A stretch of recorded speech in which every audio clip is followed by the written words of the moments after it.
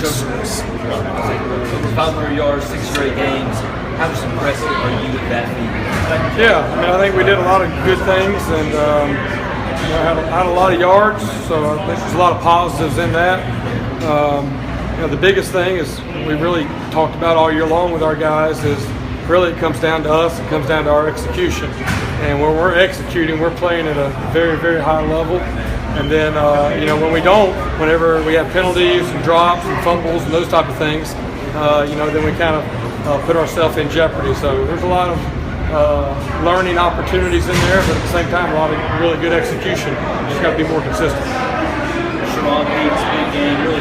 Yeah, really big. We really challenged, and we knew we were going to start off with a deep shot to start the game, and really challenged the guys to play fast. Sharon made a great catch there, and he's playing his best ball. I'm very proud of him. From being around here 5 years, he's been here longer than anybody on our entire offense, and had to overcome a lot with injuries.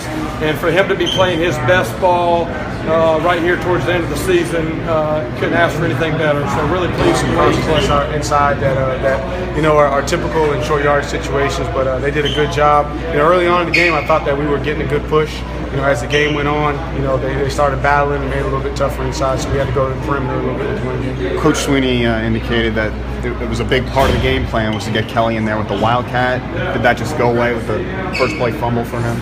Well, in that situation, we wanted to get him in there early, get the ball in his hands, and I wasn't down on the sideline, but Coach was down there, and obviously he saw his reaction to that situation, and then we got into a situation where it was back and forth, and so we wanted to put the ball in number 4's hand, number 9's hand, and the guys that have been in dog fights that know how to keep persevering and not to lose any confidence. Speaking of number 4, talk about those last 2 drives, and when the game was on the line, it was a 7-point game, and you guys have to answer those scores.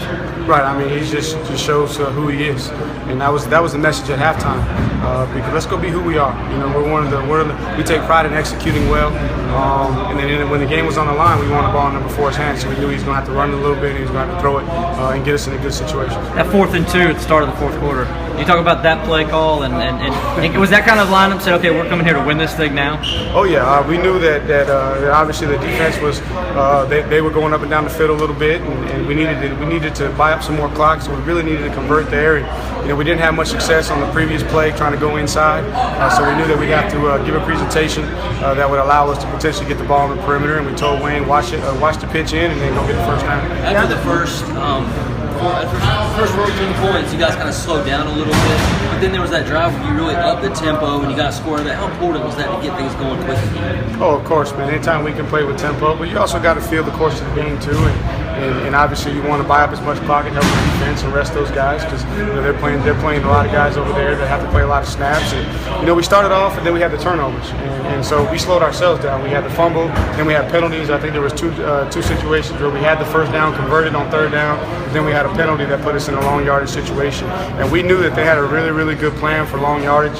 They go into an odd package and they disguise it well, and that was something that we emphasized. Let's stay out of long yardage situations because they're going to have something that could potentially get to us because they disguise it so well. So that was a little bit disappointing. I think that slowed us down a little bit, but the guys were calling for tempo. They felt like the guys up front on their side of the ball was getting a little bit winded, so we wanted to pick the speed back up, but at the same time you don't want to jeopardize execution.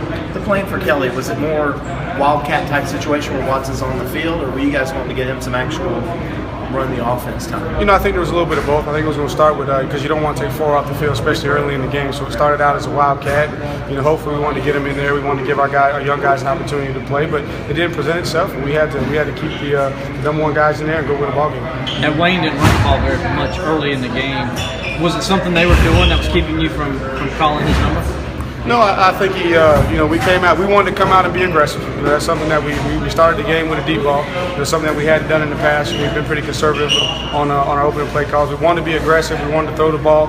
We wanted to loosen up their front 6 because we knew that they had some injuries in the secondary. That we felt like we might have a little bit of an advantage there. So we wanted to throw the ball a little bit. And he hit a couple of runs, and we just got playing fast, playing tempo. And a lot of times for him, we call run pass options. So it's a run play call, but if they dictate the defense dictates whether or not it's handed off or thrown on a perimeter screen.